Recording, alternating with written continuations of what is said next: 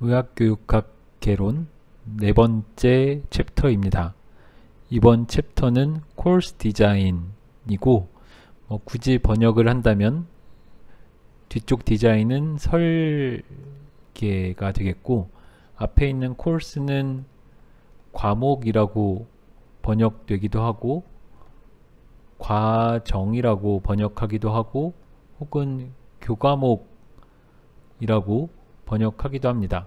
어떤 번역이 가장 적절하냐를 어떤 한국어 수준에서 따지기는 어려운 것 같고 아무튼 이런 정도의 용어들이 혼용될 수 있다는 것 정도의 감만 잡아 주셨으면 합니다.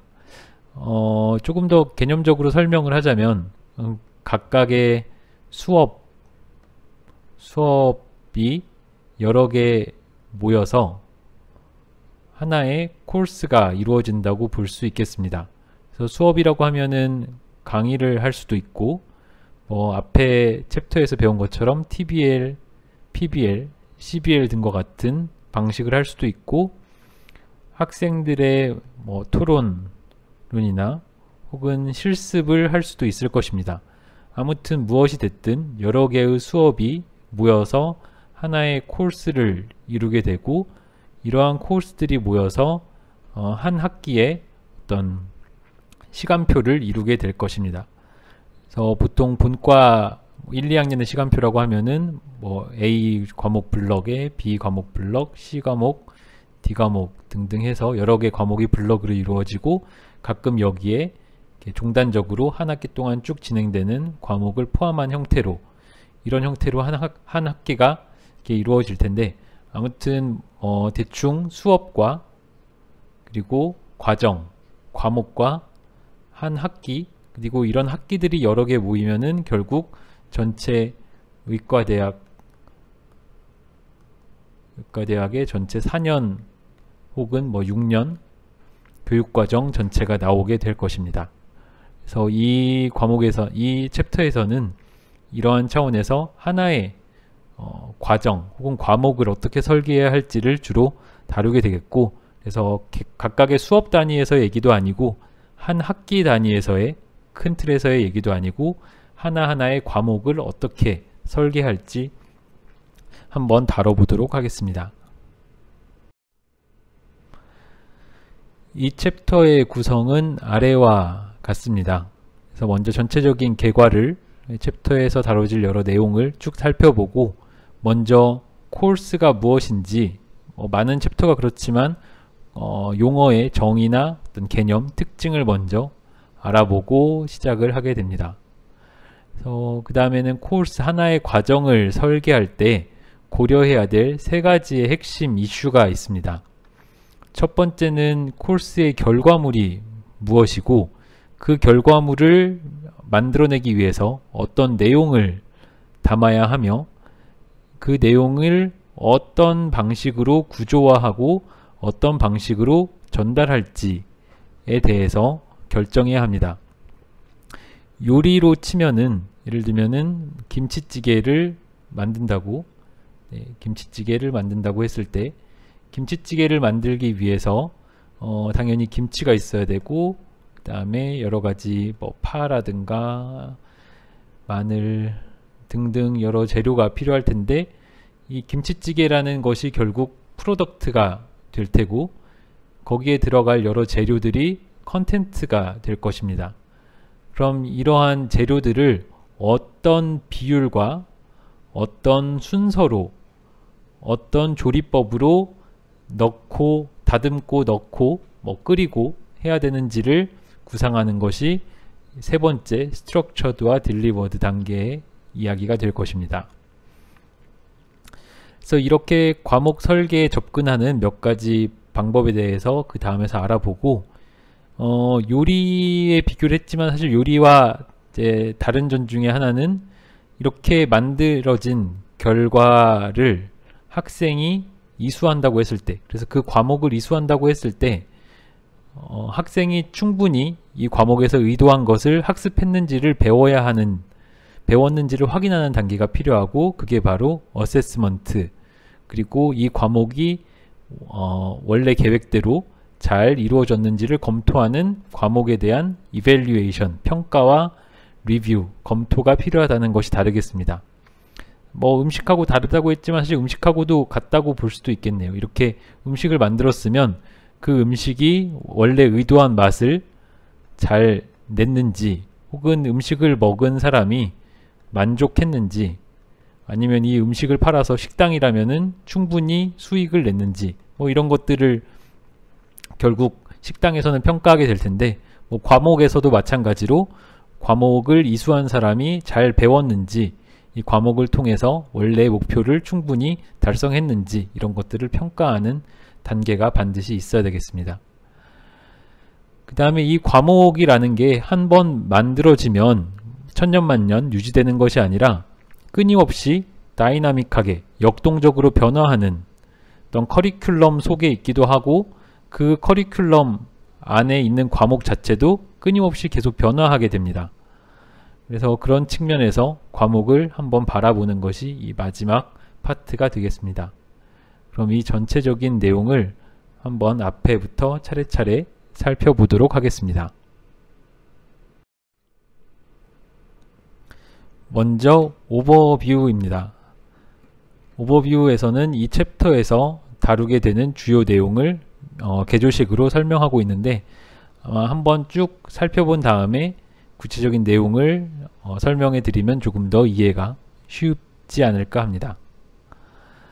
먼저 과정 설계, 코urse 디자인이라는 것은 여기에는 아주 광범위한 여러 대인관계적인 기술과 기획력 혹은 기획 기술이 필요하고, 이러한 대인관계 기술이나 기획력이란 것은 수업에서 좋은 선생님이 되는 것, 혹은 임상에서 배드사이드에서 좋은 선생님이 되는 것을 훌쩍 뛰어넘는, 그러니까 단순히 수업을 잘 하는 것과 과목의 설계를 잘하는 것은 다르다는 이야기입니다. 다시 아까 요리의 비유로 들어가자면, 어떤 하나의 요리를 잘 만드는 것, 그러니까 특정 식당에서 파는 메뉴가 A 메뉴, B 메뉴, C 메뉴가 있고, A를 요리하는 요리사가 있고, B 요리를 주로 하는 요리사가 있고, C 요리를 주로 하는 요리사가 있다고 했을 때, 이 각각의 요리, 즉 이 하나하나의 수업을 잘 하는 것과 이 여러가지 수업을 혹은 요리를 조합해서 하나의 식당을 운영하는 대표가 된다고 했을 때, 이 식당을 코र्스라고 할 수 있고, 이것 하나하나는 뭐 클래스룸 혹은 수업이 될 텐데, 이 하나하나의 수업을 잘 하는 선생님과 여러 수업을 엮어서 하나의 좋은 과목을 설계하는 능력은 서로 다르다라는 것이 이 첫 번째에서 하고 있는 핵심이 되겠습니다. 그래서 코urse 디자이너, 과목을 설계하는 사람은 방금 이 앞서 슬라이드에서 말씀드린 것처럼 그 과목의 최종 산출물 혹은 성과가 무엇인지를 고려해야 하고, 어떤 내용을 전달해야 될지를 고려해야 하고, 또 그 내용을 어떤 과정을 통해서 전달해야 될지를 고려해야 합니다. 그렇게 해야만 이 과목에서 학습자가 아주 긍정적인 학습 경험과 성과를 얻어갈 수 있는 것입니다. 다시 요리 혹은 식당의 예로 돌아가면, 각각의 음식을 잘 만드는 것도 중요하지만 이 음식을 먹는 공간이라든가 음식이 서빙되는 시간, 속도, 순서 혹은 플레이팅, 그런 것들이 모두 모여서 한 식당에 방문했을 때 소비자의 경험, 고객의 경험을 형성할 텐데, 역시나 여기서도 어떤 내용이 있더라도 그 내용이 어떻게 전달되고 궁극적으로 어떤 성과를 지향하는지가 잘 짜여져야 학습 경험이라는 것이 더 향상될 수 있다는 의미를 담은 게 두 번째 문장의 주된 취지가 되겠습니다. 세 번째는 과목을 설계하는 데 있어서 단 하나의 이상적인 혹은 바람직한 방법은 없다는 것입니다. 그러니까 다르게 말하면 과목 설계를 잘 한다는 말은 여러 가지 방법으로 가능하다는 것이고, 다만 그 과목에서 진행하는 다양한 학습 활동이 그 과목에서 기획했던, 애초에 의도했던, 계획했던 성과와 잘 부합, 매치되어야 하고, 그 다음에 동시에 학습자가 필요로 하는 것과 학습자가 원하는 것까지도 고려할 수 있으면 가장 바람직하겠습니다. 또다시 요리의 예로 들어가자면, 이 식당에서 제공하는 음식이란 것이 단순히 좋은 음식뿐만 아니라 이 식당을 운영하는 사람이 궁극적으로 추구하는, 지향하는 가치, 이 식당의 목표에도 부합해야 되고, 또 이 식당에 찾아오는 사람들이 이 식당에 대해서 기대하는 것, 혹은 원하는 것, 혹은 이 식당이 이 사람들에게 뭔가 채워주고자 하는 것들까지도 잘 어우러져야 한다는 비유로 설명할 수도 있겠습니다. 네 번째는 평가에 대해서 이야기하고 있습니다. 평가는 반드시 과목의 의도한, intended, 의도한 성과와 잘 얼라인 되어야 합니다. 다르게 말하면 이 과목에서 의도한 성과가 이 방향으로 가고 있으면은 평가도 이 방향에 맞춰서 해야지, 의도한 성과는 이 방향으로 가는데 평가는 엉뚱하게 이 방향으로 가서 여기서 평가를 한다면 이러한 평가는 부적절한 평가가 되고, 이렇게 애초에 과목의 의도와 잘 얼라인 되어 있는 평가가 좋은 평가라는 것입니다. 또한 평가를 하는데 딱 하나의 방법, 예를 들면 객관식 시험, 의대에서 가장 많이 사용하는 객관식 시험과 같은 딱 하나의 방법을 쓰는 것보다는 다양한 테크닉을 사용하는 것이 바람직합니다. 그래서 이 과목의 전체의 패브릭에 걸쳐서 잘 짜여져야 할 필요가 있습니다. 이는 환자를 진단하는 혹은 치료하는 것과도 마찬가지일 텐데요. 환자를 진단하고 치료할 수 있는 어떤 방법에 여러 가지가 있을 텐데, 그 중에 딱 하나만 골라서 무조건 여기에만 집착하는 것보다는 어떤 환자의 필요와 어떤 의료 시스템 혹은 병원의 상황 혹은 의사의 전문성에 맞춰서 여러 가지 진단 치료 전략을 필요에 따라 고르게 활용하는 것이 조금 더 바람직한 의료행위라고 할 것입니다. 평가도 비유하자면 이렇게 딱 한 가지 객관식 시험과 같은 한 가지 손쉬운 방법에만 의존하기보다는 그 과목의 의도에 맞춰서, 과목에서 목표한 성과에 맞춰서 여러 가지 테크닉을 적재적소에 활용하는 것이 가장 바람직하다고 하겠습니다. 이밸류에이션과 퀄리티 임프루브먼트는 이 과목 자체를 개선하기 위한 활동입니다. 그래서 과목을 한번 만들었다고 해서 끝나는 것은 아니고, 요리도 그렇겠지만 한번 요리를 개발했다고 해서 어떤 제품이 됐든 어떤 제품을 개발하면은 그걸 조금 다듬은 걸 만들고, 프로토타입에서 조금 더 발전된 버전 1부터 버전 2, 버전 3 이렇게 조금 더 점차 더 정교한 것을 만들어 나갈 것입니다. 이렇게 점점 더 어떤 제품이든 간에 그것을 더 정교화하고 발전시켜 나가는 이밸류에이션과 퀄리티 임프루브먼트가 필요하고, 이러한 이밸류에이션과 퀄리티 임프루브먼트 절차가 이 과목에 반드시 내재되어서 자료를 계속 생성하고, 그래서 과목이 의도한 학습 성과를 제대로 전달하고 있는지를 검토, 점검하는 과정이 필요합니다. 그래서 만약에 이 과정이 의도한 성과를 제대로 전달하고 있지 못하다라고 하면은 그 의도한 성과를 제대로 전달할 수 있도록 과정을 조금 더 다듬고 개선하고 지속적으로 향상시키는 작업이 필요합니다. 그래서 이 챕터에서는 지금 말씀드린 이러한 내용을 전체적으로 아우르는 설명을 더 자세히 해보도록 하겠습니다. 네, 방금 전에 말씀드린 것처럼 이 챕터에서는 이 챕터에서 주로 대상으로 혹은 상정하고 있는 독자는 과목을 전달하는 그리고 과목을 개발하는 책임이 있는 그런 사람들입니다. 그래서 보통은 과목 책임 교수, 영어로는 코스 디렉터라고 많이 부르는 이 교육 특정 교과목의 책임 교수들이 이 역할을 기본적으로는 행정적으로는 맡고 있지만, 여기서 말하는 이 책임 있는 사람은 꼭 이 행정적인 책임뿐만 아니라 자기 자신의 수업 혹은 자기가 꼭 대표로서 맡지 않더라도 그 과목을 운영하는 팀으로서 참여하고 있는 경우에도 이 챕터가 아마 도움이 되리라 생각합니다.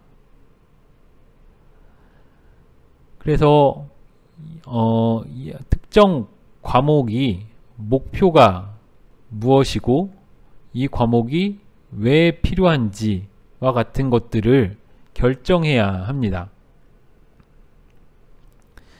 이때는 세 가지의 핵심적인 이슈를 중심으로 이 과목이 무엇을 다뤄야 하고 왜 그것을 다뤄야 하는지를 결정해야 할 텐데, 여기에는 이 세 가지 이슈를 중심으로 결정한다고 되어 있습니다. 첫 번째는 과목의 프로덕트입니다. 그래서 과목의 프로덕트에는 결국 이 과목의 학습 성과, learning outcome은 학습 성과라는 단어로 주로 번역합니다. 학습 성과는 무엇이 되어야 하는가? 즉, 이 과목을 마쳤을 때 학생은 무엇을 알 수 혹은 할 수 있어야 하는가와 같은 것이 과목의 성과가 되겠습니다. 예를 들면 이 의학교육학 개론 과목에서 이 챕터를 마치고 나서 이 수업을 듣는 선생님들께서는 과목을 설계할 때 고려해야 될 세 가지 이슈를 반드시 아셨으면 합니다. 그것이 이 수업의 어떤 성과가 될 텐데, 이것을 조금 더 전체 과목 단위로 확장시킨 것이 과목의 성과가 되겠습니다. 그 다음으로 고려해야 할 것은 그 과목에서 다뤄야 할 내용입니다. 그래서 이 내용은 결국 이 과목에 포함되어야 하는 것이 무엇인가에 대한 질문이 될 수 있겠고, 마지막으로 그 내용을 어떤 프로세스, 어떤 과정이나 어떤 방식으로 전달할 것인가를 고려해야 합니다. 이는 앞서 결정한 내용을 이러한 목적을 달성하기 위한 방식으로 전달하려면 어떻게 조직화하고 구조화하고 어떻게 설명해야 하는가에 대한 질문을 답하는 것이라고 할 수 있습니다. 그래서 교육과정의 설계에 있어서는 아주 다양한 접근법이 가능하고, 이 챕터에서는 어떤 과목 설계에 활용할 수 있는 체크리스트도 제공할 예정입니다. 그래서 이 체크리스트를 활용해서 과목을 짜는, 조직하는 혹은 과목을 설계하는 사람이 이 과목을 통해서 의도한 성과를 학습자가 달성할 수 있도록 꼭 염두에 둬야 할 여러 이슈들을 늘 과목 설계 과정에서 생각할 수 있도록 그러한 체크리스트도 함께 제공될 예정입니다. 그래서 가장 먼저 코र्स가 무엇인지에 대해서부터 개념을 정리하고 가도록 하겠습니다. 그래서 이 챕터에서 코र्स라는 단어를 쓸 때는 어떤 학습 활동의 여러 가지 학습 활동을 어떤 방식으로든 그룹핑한, 그러니까 여러 학습 활동의 모음을 정도로 개념화한다고 정의한다고 보면 되겠습니다. 그래서 학습 활동의 모음이라고 할 때는 그 학습 활동이 당연히 강의일 수도 있기 때문에 어떤 일련의 강의, 그 짧은 강의 시리즈라고 하면은 뭐 짧게는 뭐 3-4개의 강의를 모은 것도 코र्스라고 할 수 있겠고, 혹은 특정 주제에 대한 워크숍의 모음도 뭐 코र्스라고 할 수 있겠습니다. 그래서 학습 활동은 굉장히 폭넓게 정의할 수 있고, 다만 그 여러 개의 학습 활동의 모음을 폭넓게 여기서는 코र्스라고 조금 제법 광범위하게 정의 내렸다고 볼 수 있겠습니다. 그래서 이렇게 코र्스라고 했을 때 그것들이 갖는 공통적인 특징을 조금 더 이해함으로써 코र्스가 무엇인지 개념을 잡아보면, 먼저 방금 이쪽에서 얘기한 것처럼 다수의 멀티플 학습 활동이 있어야 합니다. 그러니까 하나의 학습 활동만 가지고는 코र्스라고 하기 어렵고, 여러 개의 학습 활동이 있어야 되고, 이 여러 개의 학습 활동은 응집성 혹은 일관성, 그래서 한 주제를 가지고 이렇게 coherence하게 잘 모여 있어야 한다고 볼 수 있겠습니다. 그래서 여러 활동에 coherence가 있고, 그 coherence가 있단 말은 결국 이 여러 활동들이 모여서 공통의 overarching, 말 그대로 위쪽에 있는 아치와 같이 어떤 중요한 공통의 목표를, 마치 건물의 지붕과 같이 이 지붕을 여러 개의 학습 활동이 일관되게 그리고 응집력 있게 이렇게 잘 버티고 있으면은 이러한 것이 꼭 이제 하나의 코र्스에 이미 그림으로 표현한 모습이 될 것 같습니다. 그래서 여러 개의 학습 활동이 있고, 여러 개의 학습 활동이 공통의 오버워칭 러닝 골을 서포트 혹은 이거를 해결하려고 존재하며, 이것들 사이에 응집력이 혹은 일관성이 있어야 한다고 볼 수 있겠습니다. 그래서 어떤 과목도 섬으로서 존재하지는 않는다라는 것을 강조하고 있습니다. 그래서 이 챕터에서 이 코스에 대해 설명하면서 강조하는 것 중에 하나는 과목이라는 것은 맥락 안에 있다는 것입니다. 그래서 아까 방금 이 과목을 상당히 조잡하지만 어떤 그림으로 그린다고 하면은 이러한 집이라는 형태로 코스가 있을 때, 이것은 이 자체로 혼자 존재하는 것이 아니라 이 옆에 다른 건물이 있을 수도 있고, 이 옆에는 나무가 있을 수도 있고, 혹은 이 앞에는 개천이 흐를 수도 있고, 이런 식으로 한 과목이라는 것은 그 하나로서 혼자 존재하는 게 아니라 어떤 주변을 둘러싼 맥락 속에서 존재한다는 것입니다. 그래서 과목에 대한 책임을 갖는다는 것의 의미는 결국 이 조금 더 큰 그림, bigger organizational structure, 이 과정이 존재하는 어떤 조직적 더 큰 조직 구조에 대한 이해를 필요로 할 것입니다. 그래야 내가 설계한 이 코스가 이 주변 맥락에 적절한 혹은 적합한 위치나 규모나 시기에 배치되어 있는지를 파악할 수 있을 것이기 때문입니다. 또한 더 넓은 범위의 이 과목이 존재하는 학습 활동, 이 주변 학습 활동이 뭐가 있는지도 이해할 필요가 있고, 또한 이해 관계자, 스테이크홀더가 누군지도 잘 파악할 필요가 있겠습니다.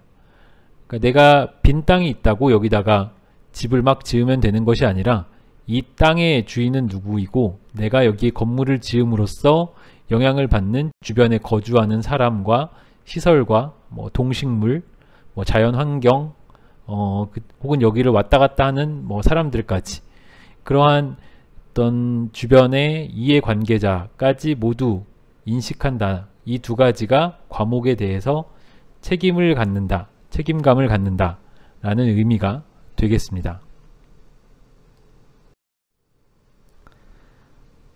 그래서 스테이크홀더에 대해서 별도의 상자 4-1에서 설명을 하고 있습니다. 그래서 한글로는 이해관계자라고 흔히 번역을 하는 이 스테이크홀더는 그래서 학습자에게 있어서 학습자만이 이 과목에 대한 유일한 이해관계자가 아니라는 것을 알아야 합니다. 생각하면 무척 당연한 것이 이과대학 교육과정에서 어떤 하나의 과목을 만들거나 빼거나 아니면 바꾸거나 한다고 했을 때 이로 인해 영향을 받는 것은 이 과목을 듣는, 예를 들면 본과 2학년이라고 하면 이 2학년 학생뿐만 아니라 이 앞에 있는 과목, 이 뒤에 있는 과목, 1학년 과목, 3학년 과목, 그리고 이 과목을 가르치는 여러 교수, 그리고 이 과목을 지원하는 직원, 그리고 이 과목에 들어가는 여러 가지 리소스까지가 모두 다 이 과목 하나를 둘러싼 이해관계자라고 할 수 있겠습니다. 그래서 이런 사람들이 다 이 과목의 설계에 영향을 미칠 수 있고, 과목 설계뿐만 아니라 이 과목이 어떻게 전달되는지에도 영향을 미칠 수 있고, 그래서 이것들이 잘 관리되어야 할 필요가 있습니다. 여기서 예를 들고 있는 것은, 만약에 어떤 과목에서 하나의 NHS 트러스트에 대해서 가르치는 어떤 과목을 만든다고 한다면, 그 NHS 트러스트와 퀄리티 케어 커미션과 환자 단체와 전문직 학회와 이와 관련된 여러 참여자 같은 것들이 모두 이 과목에 일정 부분 영향을 주고자 할 것이다 라고 예를 들고 있습니다. 여기서 든 예는 조금 더 어떤 사회적인 그러니까 단 하나의 학교뿐만 아니라 사회적인 맥락에서 이야기하고 있는데, 이렇게 범위를 넓혀서 전체 사회로 봐도 그렇고, 이 예시처럼 범위를 좁혀서 하나의 의과대학 내에서 살펴봐도 그렇고, 어쨌거나 하나의 과목은 그 자체가 동떨어진 섬으로서 존재하는 게 아니라 맥락 속에 존재한다는 것을 이해할 필요가 있겠습니다. 이처럼 과목이라는 게 섬으로서 존재하지 않고 맥락 속에 존재하는 것이기 때문에 하나의 과정, 과목을 설계하고 그 과목을 전달한다는 것은 좋은 뛰어난 의사소통 능력 그리고 협상 기술을 필요로 합니다. 이때 의사소통과 협상이 필요한 대상이라고 한다면 이 과목에 어떤 참여하고 어떤 헌신하고 기여하는 그런 사람들이라든가, 과목을 함께 설계할 사람들이라든가, 이 과목을 전달하고 이 과목에 대한 행정적 관리를 할 사람들, 결국 이 사람들이 다 이해관계자의 한 유형들이 될 텐데, 이 사람들 모두와의 좋은 의사소통과 협상이 필요하다고 이야기하고 있습니다. 마찬가지로 이어서 교육 어떤 과목의 설계자는 아래와 같은 것들에 대해서 민감하게 인식하고 있어야 합니다. 이것들이 결국 교육 어떤 과목이 존재하는 맥락과 같은 의미가 될 것입니다. 그래서 하나씩 살펴보면, 이 과목이 만들어지는 그 곳을 그 앞에 선행하는 어떤 학습이 선행해서 어떤 학습이 있는가입니다. 대표적으로는 2학년 과목을 설계한다면 1학년에서 무엇을 배우는지, 예과 때 무엇을 배우는지, 더 나아가서는 고등학교 때 무엇을 배우는지, 이런 것들을 모두 고려해야 2학년 수준에서 적절한 과목을 만들 수 있을 것입니다. 또한 다른 어떤 참여자들이 이 과목, 특정 과목이 진행되는 그 시기에 또 다른 어떤 과목들이 함께 진행되고 있는지를 이해할 필요가 있습니다. 뭐 의과대학에서는 흔히 블록 형태로, 특히 본과 1, 2학년 형태에서는 블록 형태로 과목이 많이 진행되지만 사실 많은 경우 하나의 과목이 그렇게 특정 시기를 온전히 확보하고 있는 경우는 많지 않고, 어떤 코스라는 것은 여러 코스가 동시다발적으로 진행되는 상황에 놓여 있습니다. 따라서 특정한 과목을 설계할 때는 그 과목과 같은 시기에 진행되는 여러 다른 과목들이 무엇이 있는가도 함께 이해해야 할 필요가 있고, 그 다음에 이 과목을 거쳐서 그 다음 단계로는 어느 시기 혹은 어느 단계 혹은 어느 내용으로 나아가는지도 알아야 할 필요가 있습니다. 그리고 어떤 과목도 아무리 새로운 것을 만든다고 해도 완전히 무에서 유를 창조하는 것은 아니라는 것을 알 필요가 있습니다. 결국 맥락이 중요하다는 것과 같은 이야기가 될 텐데, 맥락이 없이, 그러니까 아무것도 없는 곳에서 갑자기 무언가를 만들어내는 것이 아니라 이미 이 주변에 무엇인가 여러 가지 이해관계자, 다른 과목, 그리고 전후 사정들이 충분히 존재하는 과정에서 이 상황에서 새로운 것을 만드는 것이기 때문에 from scratch, 그러니까 무에서 유를 창조하는 그런 과목은 존재하지 않는다 라는 것을 이해하는 게 결국 과목이란 맥락 속에 놓여 있다를 이해하는 것과 동일한 의미가 되겠습니다. 또 다르게 말하면은 무에서 유를 창조하지 않는다는 말은 언제나 과거에 유사하거나 어떤 동일한 과목이 존재했을 가능성이 있고, 또 그러한 유사한 학습 활동이 존재했을 가능성이 있습니다. 따라서 그 과거에 어떠한 유사한 학습 목표가 존재했는지를 살펴보는 것부터 출발할 필요가 있겠습니다. 과거에 있었던 유사한 과목이나 학습 활동을 면밀히 조사하는 것이 중요한 이유는, 그렇게 함으로써 어떤 과목이 잘 효과가 있을 것이고 잘 작동할 것인지, 그리고 어떤 것은 잘 작동하지 않을 것인지, 이런 것을 사전에 예측할 수 있기 때문입니다. 그런 것을 알므로써 결국 새로운 교육과정의 기획과 전달에 활용할 수 있습니다. 또한 새로 어떤 과목을 설계할 때 그것을 외부의 기준이나 질 관리 프로세스에 맞춰서 만들어내는 데에도 도움을 받을 수 있겠습니다.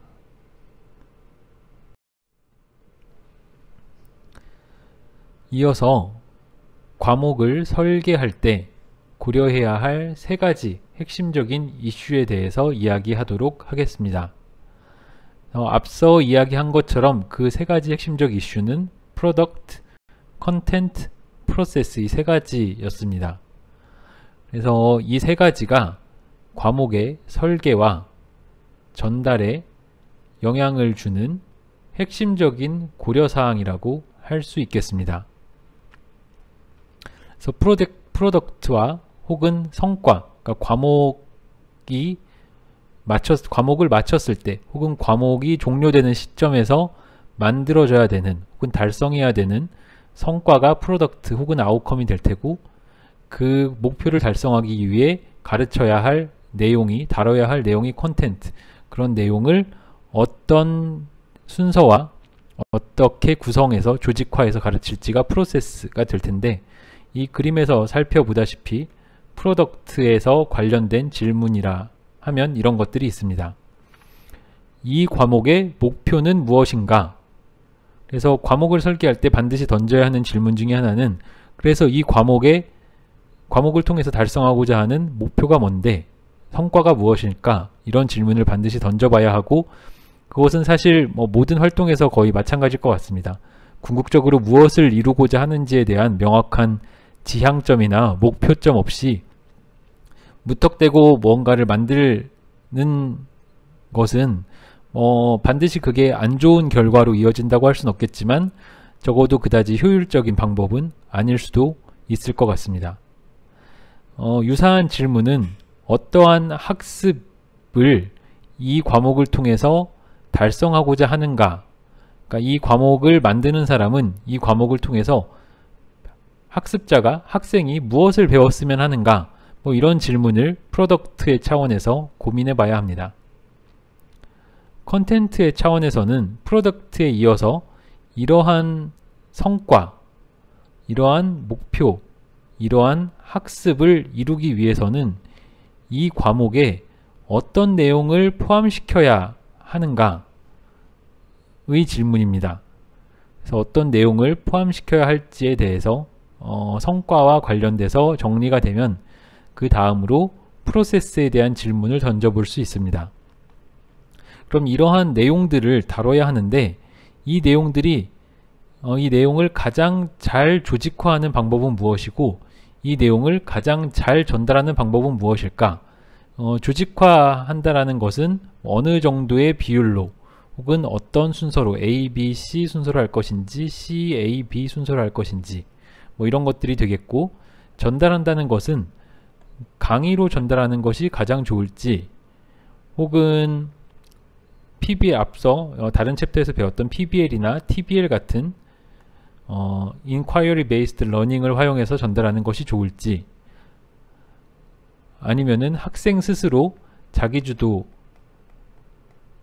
학습을 통해서 배우게 하는 것이 좋을지, 아니면은 실습을 통해서 배우게 하는 것이 좋을지, 이러한 구체적인 내용의 전달 방법을 결정하는 것입니다. 그래서 이런 세 단계 혹은 세 가지의 질문을 중심으로 과목을 설계하는 것이 필요하겠습니다.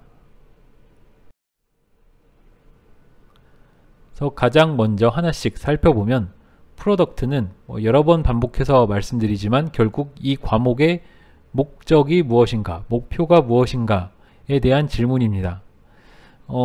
상당히 자명해 보이고 어떻게 보면 누구나 다 한 번쯤 할 거라고 생각하는 질문이지만 보통 이 단계가 적지 않은 경우 간과되는 경우가 너무 많습니다. 그래서 어떤 과목을 만드는데 그 과목을 통해서 어떤 결과물을 만들어내고자 하는지는 생각하지 않고 그냥 무작정 우선 주로 내용, 컨텐트 위주로 내용을 짠 다음에 한참 짜고 나서 아니 그래서 애초에 우리의 목표가 뭐였지? 라고 뒤늦게 확인하는 경우가 매우 적지 않아서 어떻게 보면 되게 당연해 보이지만 한편으로는 그만큼 중요한 질문이 이 과목의 목표가 무엇인가에 대한 이 첫 번째 단계의 질문입니다.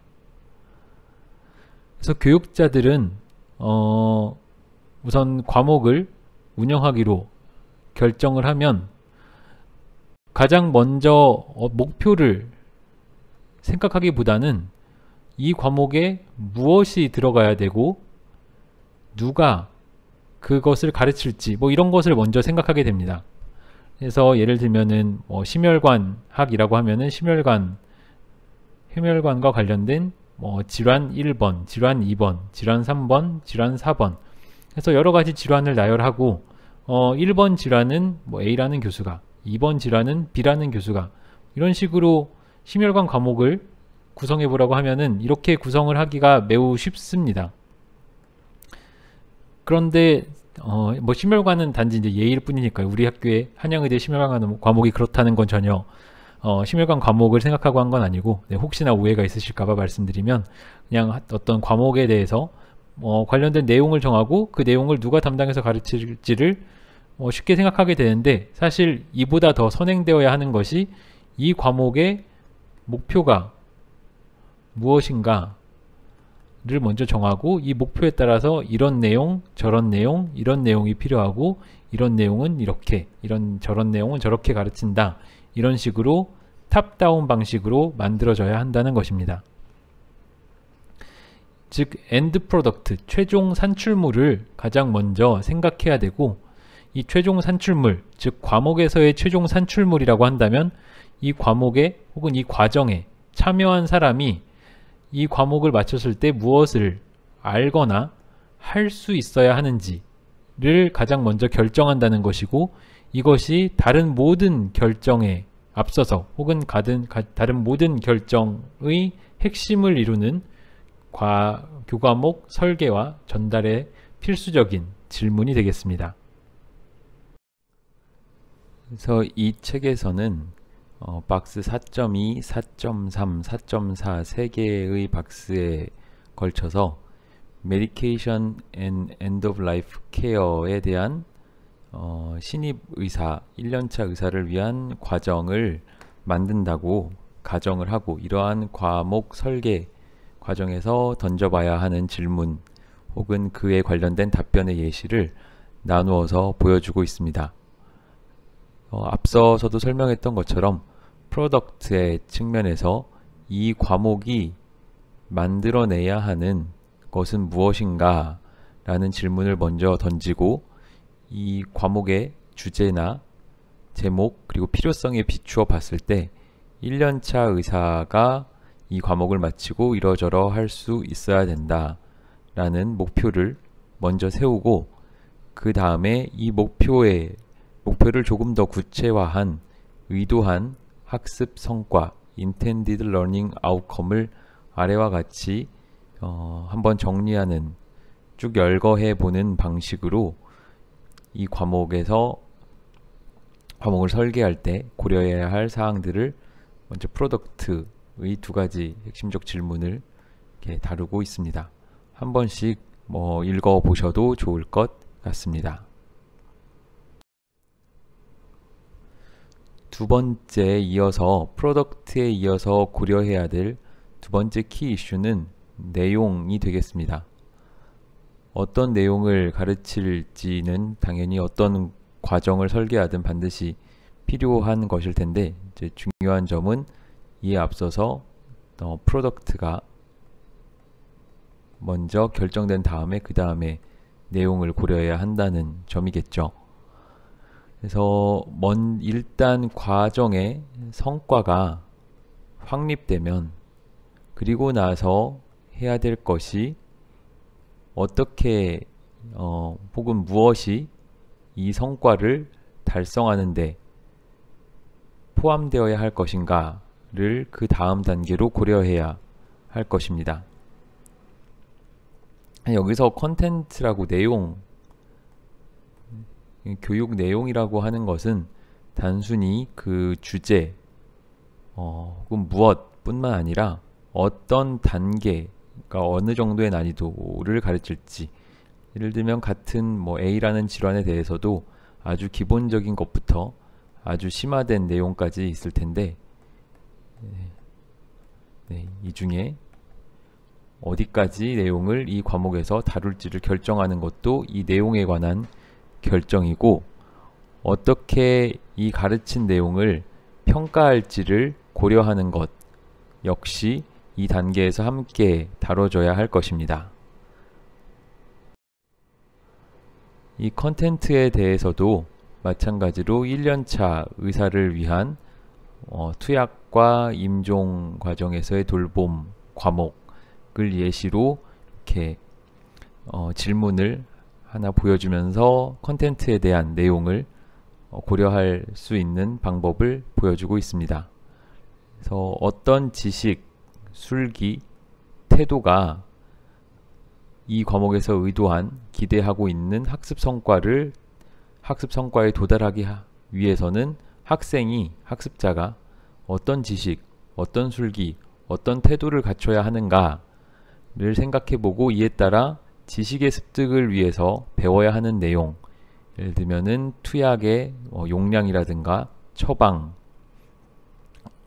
동의와 관련된 법적인 문제, 이런 것들, 그리고 스킬 측면에 있어서는 처방전을 쓰는 방법, 시린지 드라이버를 세팅하는 방법, 환자 및 보호자와 의사소통하는 능력, 이런 것들이 스킬의 차원에서 가르쳐야 할 내용이 될 테고, 마지막으로 태도에 관해서는 임종 완화 의료와 관련된 어떤 태도라든가 어떤 연민, 동정, 공감, 전인적 접근, 증상에 대한 컨트롤, 이런 것들을 갖춰야 할 태도로 이렇게 하고 있습니다. 그래서 이 내용들이 결국 이 코र्스의 주된 컨텐츠로 담기게 될 것임을 예상할 수 있겠습니다.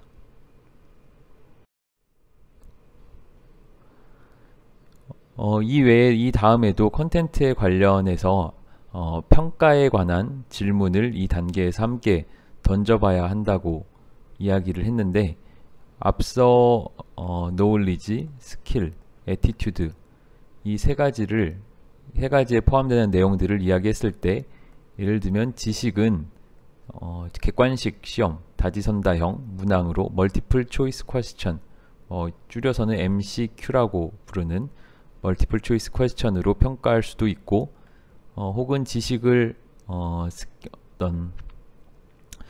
평가할 때 그 외에도 다른 방법도 가능하긴 하겠지만, 또 이제 스킬을 평가할 때는 직접 이 의사가 수행하는 내용을 직접 관찰하는 방법으로 수행할 수도 있겠습니다.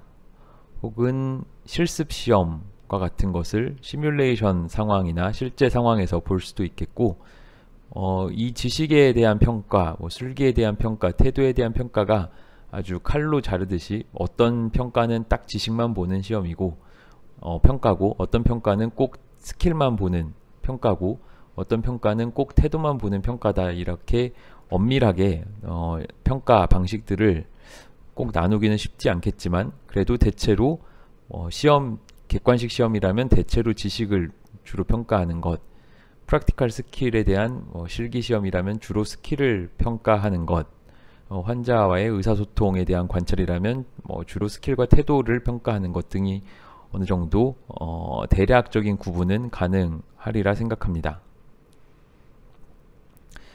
다음에 이 내용에 대해서 고려할 때 누가 그렇다면 그 설계에 참여하고 또 내용의 전달, 즉 직접 가르치는 내용의 전달, 딜리버리란 단어가 지금까지도 아주 많이 나왔는데, 딜리버리라는 게 가르치는 내용에 대한 전달이라고 하면 어느 정도 이해하실 수 있을 것 같습니다.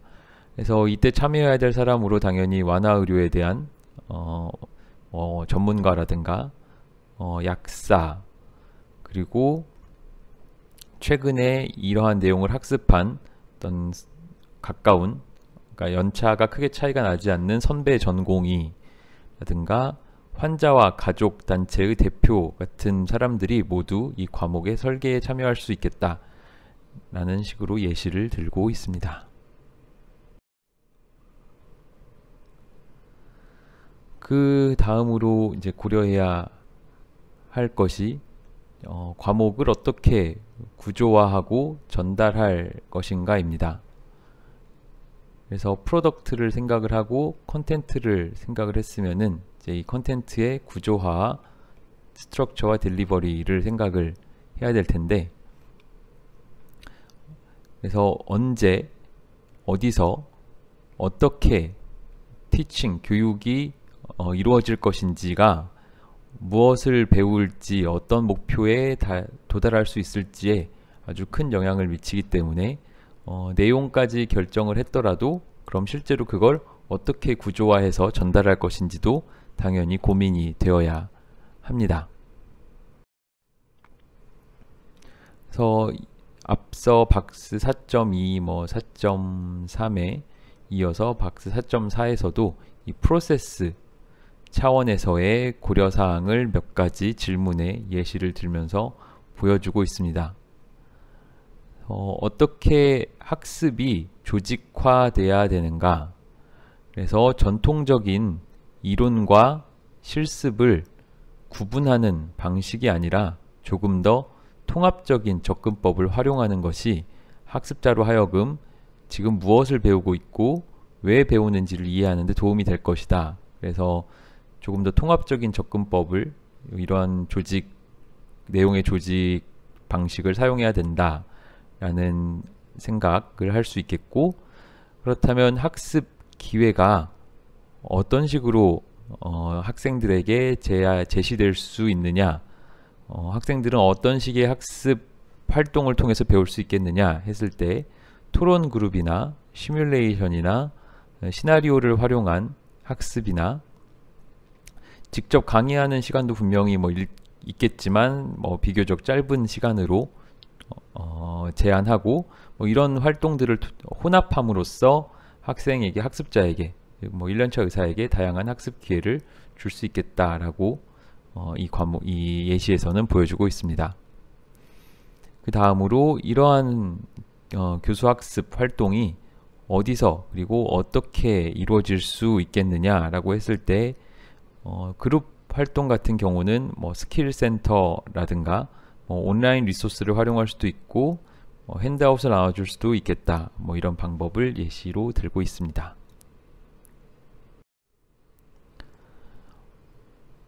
이어지는 질문으로 언제 그렇다면 이 과목이 이루어져야 하는가에 대한 질문에서 특히 이제 성인학습자 혹은 이런 실무와 관련된 학습이란 거는 그 실제 나의 업무와 아주 밀접하게 시간적으로 관련이 붙어 있을 때, 그 인접해 있을 때 가장 큰 영향을 줄 수 있기 때문에 이 주니어 의사가 제일 처음 엔드 오브 라이프 케어에 대한 프레스크라이빙을 해야 되는 그 순간에 이러한 과목을 적시에 제공하는 것이 중요하다고 볼 수 있겠습니다. 그리고 그렇다면 이러한 학습이 어떻게 촉진될 수 있느냐 라는 질문을 이 프로세스 차원에서 또 던져보면서 광범위한 여러 직군, 전문 직군, 즉 뭐 의사, 약사, 완화의료 담당하는 간호사 등이 이 교육에 기여하고 참여할 수 있고 앞서 다른 컨텐트 부분에서 논의했던 거하고 거의 비슷한데요. 환자 대표 역시 교수자로서 혹은 학습자의 학습을 조금 더 촉진하는 역할을 할 수 있다라고 예를 들고 있습니다. 시나리오, 가상의 어떤 꾸며진 시나리오나 아니면 실제 환자 사례 역시 학습을 잘 서포트 해줄 수 있고 무엇보다도 실제로 어떤 직접 차트를 써보거나 시린지 드라이버를 직접 조작해 보는 것이 무언가를 배우는데 좋은 방법이 될 것임은 두말할 여지가 없겠습니다. 이렇게 지금까지 쭉 여러 가지를 살펴봤을 때 이제 지금부터는 과목의 설계에 있어서 어떤 접근법을 활용할 수 있을지 조금 더 넓은 관점에서 한번 살펴보도록 하겠습니다. 그래서 과목을 설계하는 여러 가지 방법 혹은 과목 설계에 대한 방법이지만 한편으로는 무언가를 가르치는 교수 학습 방법 혹은 법이 될 텐데 바로 전에 박스 2.2, 2.3, 2.4의 예시에서도 볼 수 있듯이 어떤 과목을 설계하고 그 내용을 가르치는데 단 하나의 최선의 방법만 존재하는 것은 아닙니다.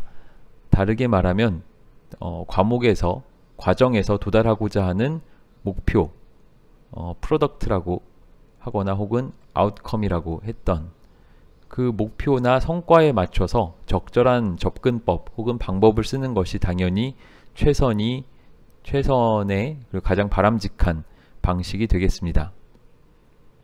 그래서 앞서 어떤 프로덕트를 설정했는가의 그 질문으로 돌아가서 이에 기반해서 접근법을 먼저 결정해야지 강의로 모든 것을 하겠다라고 결정해 놓고 방법에 기반해서 성과, 프로덕트를 결정할 수는 없을 것입니다. 프로덕트를 먼저 결정하고 거기에 필요한 방법이 강의면 강의를 하는 거고 실습이면 실습을 하는 거고 토론이면 토론을 하는 거고 시험이면 시험을 보는 거고 이렇게 각 과목에 애초에 설정한 프로덕트에 맞춰서 그 방법이 탑다운 방식으로 정해져야 할 것입니다. 하지만 프로덕트만 고려해서 모든 것을 결정할 수는 없고 현실적인 제약을 많이 감안할 수밖에 없습니다. 아무리 이상적인 프로덕트 혹은 아웃컴, 성과를 설정했다고 하더라도 그 교육이 실제로 일어나는 장소, 특히 전공의 수련 단계에서는 병원이 가장 주된 교수 학습의 공간이 될 테고 또 그에 따라서 물리적 자원이나 인적 자원의 가용한 범위나 한계도 존재할 것입니다. 또한 그 소속 기관 혹은 병원 혹은 그러한 환경에서 지금까지 그 교육이 혹은 어떤 교육들이 어떤 방식으로 이루어져 왔는지 과거의 문화와 맥락을 크게 벗어난 방법은 아무리 그것이 참신하고 좋고 새롭고 아주 높은 효과를 보장하는 방법이라고 하더라도 쉽게 도입하기 어려울 수 있습니다. 따라서 결국 어떤 접근법을 쓸지는 하나는 목적에 맞아야 하는 거고 다른 하나는 그 교육이 이루어지는 맥락에 맞아야 할 것입니다.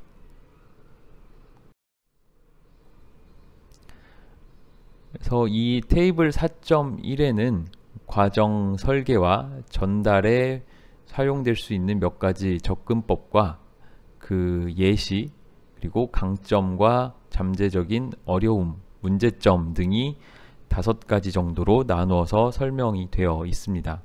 한번 하나씩 간단히 살펴보도록 하겠습니다. 가장 먼저 첫 번째 접근법으로는 통합입니다. 앞에 박스 4.4였나요?를 설명을 하면서 전통적인 강의와 실습을 구분하는 방식보다는 좀 더 통합된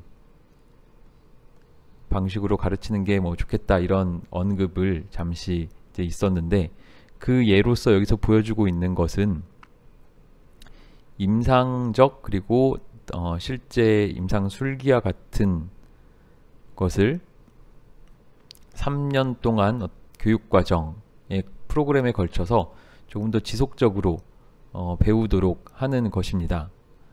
그래서 예를 들면 어떤 것을 1학년 때만 배우고 끝나는 게 아니라 1학년 때 기본적인 내용을 배우고 그걸 2학년 때 조금 더 심화해서 반복해서 배우고 또 3학년 때 뭐 실습과 곁들여서 배우고 이런 식으로 같은 내용을 여러 학년에 걸쳐서 이런 방식의 통합을 이제 vertical 수직적 통합이라고 하는데 이런 식의 수직적 통합을 통해서 조금 더 잘 이루어질 수 있다는 장점이 있고 1학년에는 1학년 수준에 맞는 2학년엔 2학년의 수준과 교육 환경에 맞는 3학년 혹은 뭐 3년차라고 하든 그때는 그때의 환경과 수준에 맞는 그 맥락에 적합한 학습이 이루어지도록 할 수 있기 때문에 그런 장점이 있습니다. 하지만 잠재적인 어려움이나 문제점으로는 이 학습자는 1학년 때 배우고 혹은 1년차에 배우고 2년차 때 배우고 혹은 2학년 혹은 3학년 혹은 3년차 때 이렇게 듬성듬성 말하자면 배울 때 전체적인 교육이 이렇게 구성되어 있다는 그 가치를 혹은 그러한 형태를 학습자가 알아채지는 못할 수도 있습니다.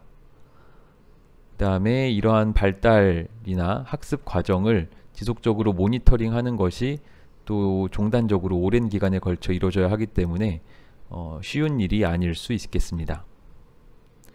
두 번째 접근법으로는 Problem Based Learning입니다. PBL로 이 전 챕터인 Inquiry Based Learning에서 한번 충분히 다룬 적이 있었던 것 같고 주로 학부 의학교육에서 전공의 수련 단계에서 PBL을 하는 경우는 별로 없고 뭐 레지던트 단계에서는 거의 없고 주로 학부 단계에서 그러니까 실제로 환자를 볼 수 없는 상황에서 시나리오 글로라도 환자를 봐야 된다 라는 취지에서 하는 게 PBL이기 때문에 학부 단계에서 주로 하게 되고 PBL의 장점은 역시나 학습자가 조금 자율적인 그리고 평생학습자로서의 기술과 어떤 역량을 키울 수 있다는 장점이 있고 역시나 실제 문제를 다루기 때문에 그 맥락 주어진 문제라는 환자 문제라는 맥락 속에서 배울 수 있다는 장점이 있겠습니다. 하지만 PBL을 뭔가 새로이 도입할 때는 그 자체가 꽤나 큰 혁명적인 혹은 혁신이 될 수도 있고 PBL을 다룰 때 앞서 챕터 3에서 언급했습니다만 PBL 자체가 꽤나 리소스 인텐시브한 방법이고 교수자가 PBL에 참여하기 위해서 적절한 교수 개발을 받아야 되기 때문에 그것이 PBL 도입의 어려운 점이기도 합니다. 그리고 케이스를 기반으로 한 학습 활동이 유의미하게 그리고 효과적으로 일어나기 위해서는 그 전에 해야 될 작업이 많습니다. 아주 단적으로 PBL을 위한 별도의 케이스나 시나리오 혹은 모듈과 같은 소위 앞에 챕터에서는 트리거라고 이야기를 했던 그런 자료를 사전에 만들어야 되는 것도 PBL이 리소스 인텐시브한 교육이 되는 한 가지 원인이 됩니다. 테이블 4.1에 이어서 세 가지 방법을 더 설명하고 있는데, 하나는 디스턴스 러닝이고 하나는 블렌디드 러닝입니다. 블렌디드 러닝은 면대면 학습과 디스턴스 러닝, 원격 혹은 원거리, 요즘 같으면 오프라인. 그래서 블렌디드는 결국 온, 오프를 믹스했다는, 온, 오프를 블렌드, 섞었다는 뜻이 되겠습니다. 그래서 우선 이 원격 학습이라고 하면 지금 이 과목에서 하고 있는, 제가 지금 이렇게 녹화하는 것도 온라인 수업이 될 텐데, 뭔가 온라인으로 자격증을 주는 것, 그런 온라인 여러 무크라고 얘기하는 과정도 있고, 이런 것들이 다 디스턴스 러닝의 한 형태가 되겠습니다. 비용이 저렴하고 자기 속도에 맞춰서 학습할 수 있는 장점이 있지만, 교육 테크놀로지가 충분히 뒷받침이 되어야 하고, 학습자 입장에서는 아마 이 수업을 듣는 분들께서도 비슷한 느낌을 받을 수 있겠지만, 뭔가 내가 조금 더 적극적으로 참여하고 싶은데 교수 혹은 동료 학습자와 적극적으로 토론을 하거나 참여하고 싶은데 그게 생각보다 여의치 않다는 한계가 있겠습니다. 그래서 온라인과 오프라인을 믹스하는 블렌디드 어프로치가 어느 정도 보완책이 될 수 있고, 그게 나름대로 비용 효과적이면서 동시에 자기주도 학습과 토론 같은 것을 같이 보완될 수 있는, 이런 것으로 보완될 수 있는 장점이 있겠지만, 역시나 학습자가 참여를 하는 것과 그다음에 거기에 대해서 피드백이 제공되거나 교수자의 서포트가 이루어지는 게 실시간, 그러니까 늘 면대면 혹은 실시간으로 모든 게 면대면이나 실시간으로 이루어지지 않기 때문에 싱크로니시티가 떨어진다, 에이싱크로니시티가 발생한다. 그러니까 비실시간 혹은 비동기적 상황이 발생할 수밖에 없다는 것이 역시나 온라인을 믹스하는 한계로 작용을 합니다.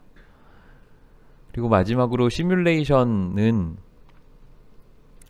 학부 교육뿐만 아니라 전공의 교육에서도 많이 활용이 되고, 그 이후에도 전공의뿐만 아니라 면허 전 수련을 다 마친 이후에도 시뮬레이션을 통한 학습은 아마 꾸준히 하시게 될 것 같습니다.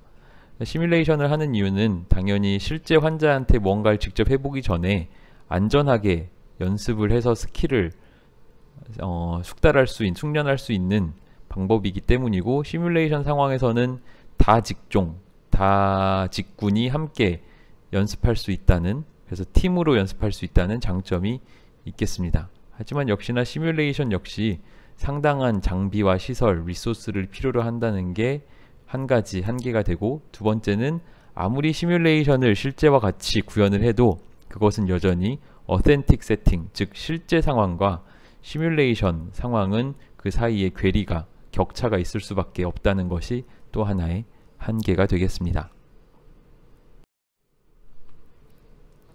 지금까지 교육과정의 설계를 중심으로 많은 이야기, 그리고 접근법을 중심으로 이야기를 나누었는데, 즉 그 다음에 이렇게 잘 교육이 되었다면, 혹은 설령 잘 교육이 되지 않았더라고 하더라도 반드시 필요한 것은 학습자에 대한 평가, 그리고 그 과목이 잘 진행되었는지에 대한 과목에 대한 평가, 리뷰, 이런 일들이 반드시 뒤따라야만 할 것입니다.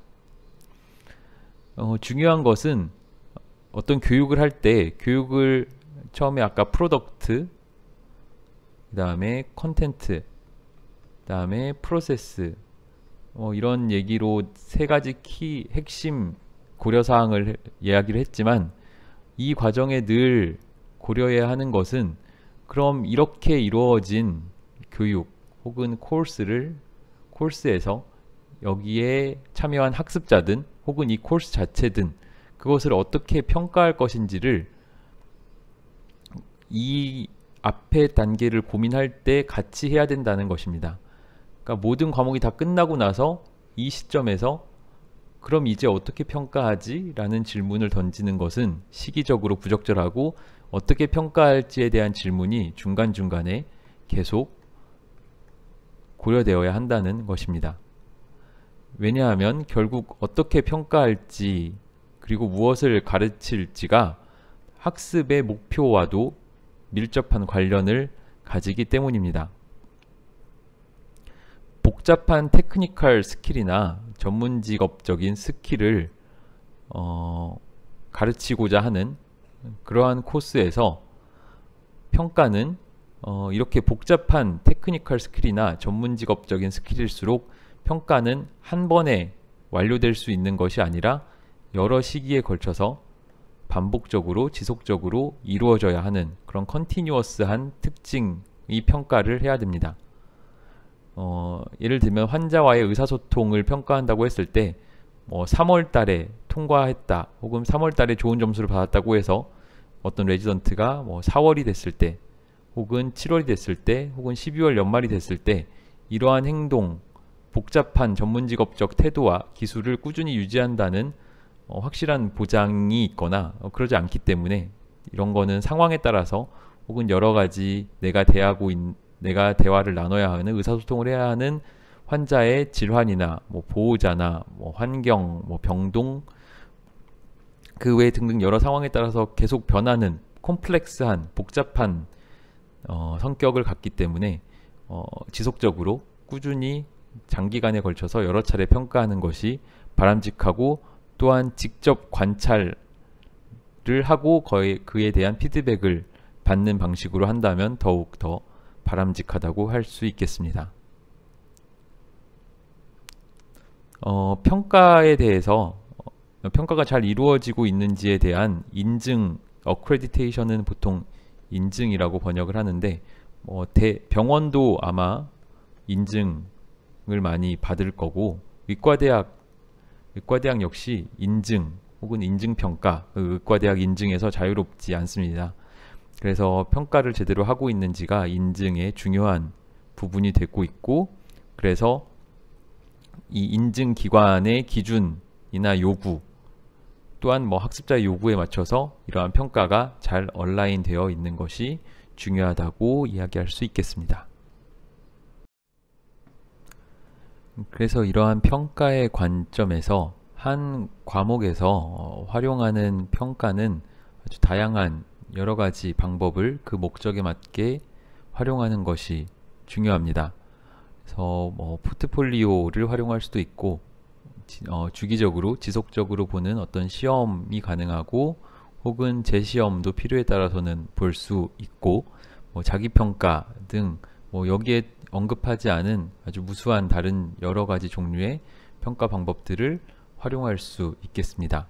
평가에 대해서는 아마 이 책의 다른 챕터에서 조금 더 자세히 다룰 수 있을 것 같습니다. 이렇게 여러 가지 평가를 조합해서 필요와 어떤 목적에 맞게 사용하는 것을 프로그래매틱 어프로치라고 하는데, 이 개념은 또 하나의 매우 방대한 개념이기 때문에 여기서 자세히 다루지는 않겠습니다. 아무튼 중요한 것은 이렇게 여러 가지 평가 방법을 조합해서 다양하게 활용함으로써 조금 더 학습을 촉진할 수 있고, 평가 자체의 타당도나 신뢰도, 그리고 적용 가능성, 활용 가능성, 혹은 실현 가능성, feasibility가 향상될 수 있다는 점입니다. 그래서 평가를 코र्스 이밸류에이션, 지금까지는 어세스먼트 이야기를 많이 했고, 코र्스 이밸류에이션의 관점에서 보면, 혹은 코र्스 리뷰에 관해서 보면, 어세스먼트가 학생 한 명 혹은 개개인의 학습자가 얼마나 잘 배웠는가를 판단하기 위한 평가라면 똑같이 평가라는 단어로 한국어로 번역이 되지만 evaluation은 이 코र्스 혹은 어떤 프로그램이 의도한 목표를 달성했는지 혹은 이 프로그램의 가치 혹은 프로그램이 가져다준 이득이 무엇인지 그런 것을 프로그램 혹은 과목 단위에서 평가하는 것을 evaluation이라고 합니다. 다시 말하면 한국말로는 어세스먼트와 evaluation이 똑같이 평가라고 번역이 되지만 실질적으로 영어에서는 조금 다른 의미를 가지고 있고, 그래서 course evaluation은 course review와 조금 더 근접한 의미를 갖는다고 보면 되겠습니다. 그래서 어떤 과목 혹은 과정이든 한번 만들어지면 거기서 끝나는 게 아니라 정기적으로 꾸준한 검토와 이 검토는 결국 지속적인 개선, 질 개선을 위한 것이 되겠습니다. 그래서 이런 정기적인 코र्스에 대한 리뷰는 리액티브 한 것보다는 프로액티브 한 것이 좋습니다. 그러니까 리액티브 하단 말은 문제가 생겼을 때 그 문제를 개선하기 위해서 문제를 확인한 다음에 말하자면은 치료적 접근이 된다면, 프로액티브한 코र्스 리뷰라면 예방적 접근이 되겠습니다. 마치 환자 질병 혹은 의료에서도 질병이 생긴 다음에 치료하는 것보다 애초에 그 질병이 생기지 않게끔 예방할 수 있으면 더 환자에게 좋은 것처럼, 이 코र्스도 그것의 문제가 다 발생한 다음에 리액티브하게 치료하는 것보다는 사전에 그 문제를 발생 가능성이 어느 정도인지 확인하고 예방할 수 있다면 더욱 좋을 것입니다. 이렇게 예방적인 접근이 필요한 이유는 학습자나 어떤 여러 기관이나 전문 학회 혹은 의료 인력의 요구, 이론과 근거 같은 게 모든 것이 지속적으로 변하기 때문입니다. 이렇게 계속 환경이 어떤 코र्스가 하나의 어떤 물체라고 하면 이 코र्스가 떠 있는 여러 주변 환경이 지속적으로 변화할 때는 환경의 변화를 미리 예상하고 거기에 맞춰서 사전 예방적으로 대응하는 것이 더 좋겠다는 뜻입니다. 그래서 리액티브한 것이라면은 후향적인 시각이 되겠죠. 그래서 과정을 만들 때 후향적인 시각으로 다 만들어진 다음에 혹은 문제가 생긴 다음에 뒤를 돌아보는 사후 약방문 혹은 소 잃고 외양간 고치기 식의 접근보다는 지속적인 개선, 질 개선, Continuous Quality Improvement라는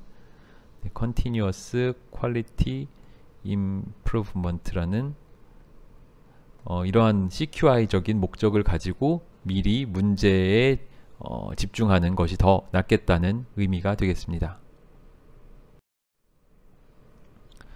그래서 CQI, Continuous Quality Improvement의 어떤 단계를 이렇게 지속적으로 반복되는 사이클로 표현하고 있습니다.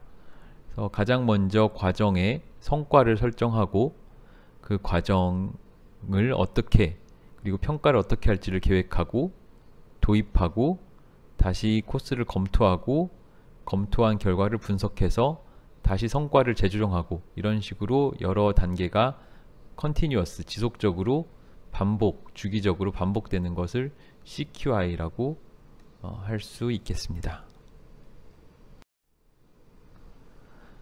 네, 이 챕터의 이제 마지막 파트가 되겠습니다. 이 챕터의 마지막 파트는 The Dynamic Curriculum, 역동적인 교육과정. 커리큘럼은 우리말로는 교육과정이라고 주로 번역을 하게 됩니다. 그래서 어떤 하나의 과목이 성공적으로 도입이 된다는 것, 혹은 어떤 과목은 여러 이해관계자들과 관련이 됩니다. 그래서 과목을 잘 하는 것이 중요한 이유는 이렇게 이 과목에 관련된 이해관계자가 아주 광범위하게 연결이 돼 있기 때문이고, 그래서 과목을 설계하는 단계에서 중요한 것은 어떤 평가 자료, 과목에 대한 이밸류에이션 자료를 의미 있는 자료를 수집하고 실제로 실용성 있는 유용한 그런 방식으로 자료를 수집할 수 있는 것이 무엇일까를 미리 결정하는 게 중요하겠고, 또 어떤 평가 자료가 있을 때 그 평가 자료를 가지고 코र्스가 다 끝날 때까지, 예를 들면 이 코र्스가 이 정도 기간 동안 진행됐을 때 아무리 의미 있는 자료를 중간중간 꾸준히 수집한다고 해도 이 자료를 이미 코र्스가 다 끝난 다음에 이 시점에 한꺼번에 모아서 분석하거나 이제와 이 시점에서야 이 자료를 가지고 무엇인가를 하려면 너무 이제 늦는다고 볼 수 있겠습니다. 그 중간중간에 어떤 지속적으로 모니터링을 통해서 수집한 여러 의미 있는 자료들이 코र्스가 지속적으로 개선되는데 기여할 수 있도록 적시에 바로바로 활용될 수 있는 그러한 메커니즘을 갖추게 하는 것이 또 필요하겠습니다.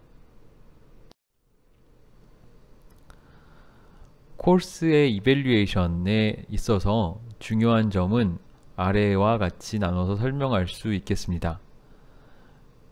그래서 첫 번째는 과목을 새로 개발하는 것과 과목을 도입하는 것, 실제로 운영하는 것 사이에 아주 명확한 구분선, 그 경계는 아주 명확하지 않다는 것입니다.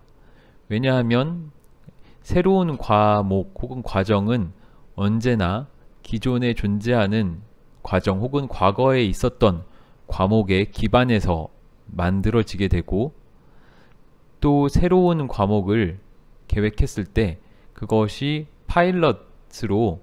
파일럿식으로 예비 운영이 될 수 있는데, 그 파일럿이 결국 기존 교육과정 상에서 이루어질 수밖에 없기 때문입니다. 또한 초기 평가 자료를 바탕으로 소소한 변화나 혹은 꽤 큰 변화가 이루어질 수 있기 때문에 무언가를 한번 완벽하게 만들어서 그거를 도입하는 것이 아니라 이 도입하기까지의 과정, 그리고 만드는 과정에서 조금씩 무언가 개선되고 바뀌어서 지속적으로 이루어지는 게 결국 과정의 개발과 도입이 서로 불가분의 관계에 있는 이 둘 사이의 구분이 아주 명확하지 않은 이유이기도 하겠습니다. 그 다음에 또 과목 평가에서 중요한 것 중 하나는 과목에서 하고자 목적으로 하는 것과 실제로 과목에서 하는 것이 반드시 동일하지 않다는 뜻입니다. 대표적으로 과목의 수업 계획서, 여러분들이 듣는 여러 수업에는 수업 계획서가 있을 텐데, 그 수업 계획서가 바로 이 과목을 담당하는 사람이 하고자 목적한 것을 나타낸다고 볼 수 있겠습니다. 하지만 이 수업 계획서 중에 일부는 실제로 이루어지는 반면 일부는 계획대로 하지 못하는 경우가 여러 가지 이유로 발생할 수 있고, 그것이 꼭 나쁜 것이라기보다는 오히려 계획에 지나치게 집착하지 않고 학습자나 상황에 맞춰서 유연하게 변화시키는 것이 더 바람직한 것일 수도 있겠습니다. 아무튼 이러한 실제로 의도한 것과 실제로 하는 것, 의도한 것과 하는 것 사이에 그러한 괴리의 좋고 나쁨을 따지기에 앞서서 중요한 것은 이게 둘이 다를 수 있다는 것이고, 그 이유가 교육은 결국 복잡한 사회적 상호작용 속에 이루어지기 때문입니다. 그래서 과목이 운영될 때는 과목을 설계하지 않은 사람이 참여하기도 하고, 그러다 보면은 과목을 설계한 사람의 의도와 다르게 실제로 가르치는 사람은 그 과목을 해석하고 자기 가르치는 스타일, 교수자의 스타일대로 수업할 수가 있기 때문에 그것도 한 가지 이렇게 계획과 실제가 차이가 나는 원인이 되기도 합니다. 이러한 이슈들을 종합해서 보았을 때 새로운 과목을 하나 만들었을 때 그것을 온전히 quantitative way, 즉 정량적 방법으로 혹은 양적 방법으로, 다르게 말하면은 숫자, 숫자로만 어떤 과목의 좋고 나쁨, 과목이 잘 되고 있거나 있지 않음을 평가하는 것은 매우 어려운 일입니다. 숫자만으로는 예를 들면 어떤 학습자들이 어떤 과정에 대해서 5점 만점에 4.3의 만점을 만족도를 보였다고 했을 때 이 4.3이라는 만족도 숫자만으로는 더 개선을 하기 위해서 뭘 해야 되는지 혹은 어떤 게 부족해서 4.3이 나왔는지 이 숫자만으로는 아무런 정보를 주지 않기 때문입니다. 그래서 학습자 경험에 더 풍부한 그림을 얻기 위해서는 교수자의 피드백이라든가 다양한 평가의 결과 그리고 실제 학습이 어떤 영향을 주었는지 같은 이런 여러 가지 것들을 조합해서 과목을 평가하는 것이 단순히 몇 개의 숫자, 만족도 설문, 설문지 문항에서 나오는 숫자만으로 평가하는 것보다 더 중요하다라는 것을 이 코र्스 이밸류에이션에 대해서 한 번 더 강조하게 됩니다. 마지막으로 박스 4.5에서는 그런 코र्스를 과정을 새로 설계할 때 반드시 혹은 가급적 한 번쯤은 검토하고 지나가면 좋은 그런 체크리스트를 포함시켜 두고 있습니다. 한번 간단히 몇 개의 문항을 살펴보도록 하겠습니다. 그래서 이 과정의 청중, 예를 들면 예상되는 수강생은 누구시고 그 수강생은 무엇을 원하고 무엇을 필요로 하는가, 그 수강생, 잠재적인 수강생이 이 과목을 듣기 전에 듣는 과목은 무엇이고 이 과목을 들은 다음에 하는 일이나 듣는 과목은 무엇인가, 이 과목의 프로덕트는, 의도한 성과는 무엇인가, 학습자가 이 과목을 마치고 나서 무엇을 할 수 있기를 바라는가, 이러한 의도한, 기대하는 성과를 달성하기 위해서 어떤 학습 활동이 필요한가, 이 과목을 설계하고 전달하는데 어떤 사람이 참여해야 하는가, 어떤 교육적 자원이, 인적 자원이든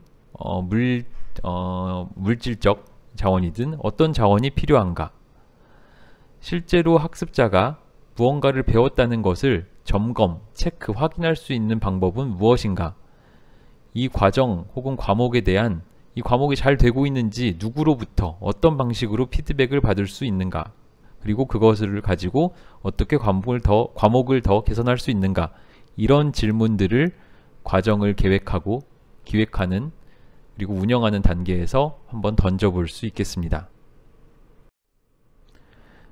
네, 이로써 챕터 4는 이제 내용은 모두 마무리가 되었고, 조금 더 자세한 어떤 참고 자료를 찾아보실 분들은 아래와 같은 자료를 보시면 되겠습니다. 네, 의학교육학개론 네 번째 챕터 코र्스 디자인은 여기서 마무리 짓도록 하겠습니다. 감사합니다.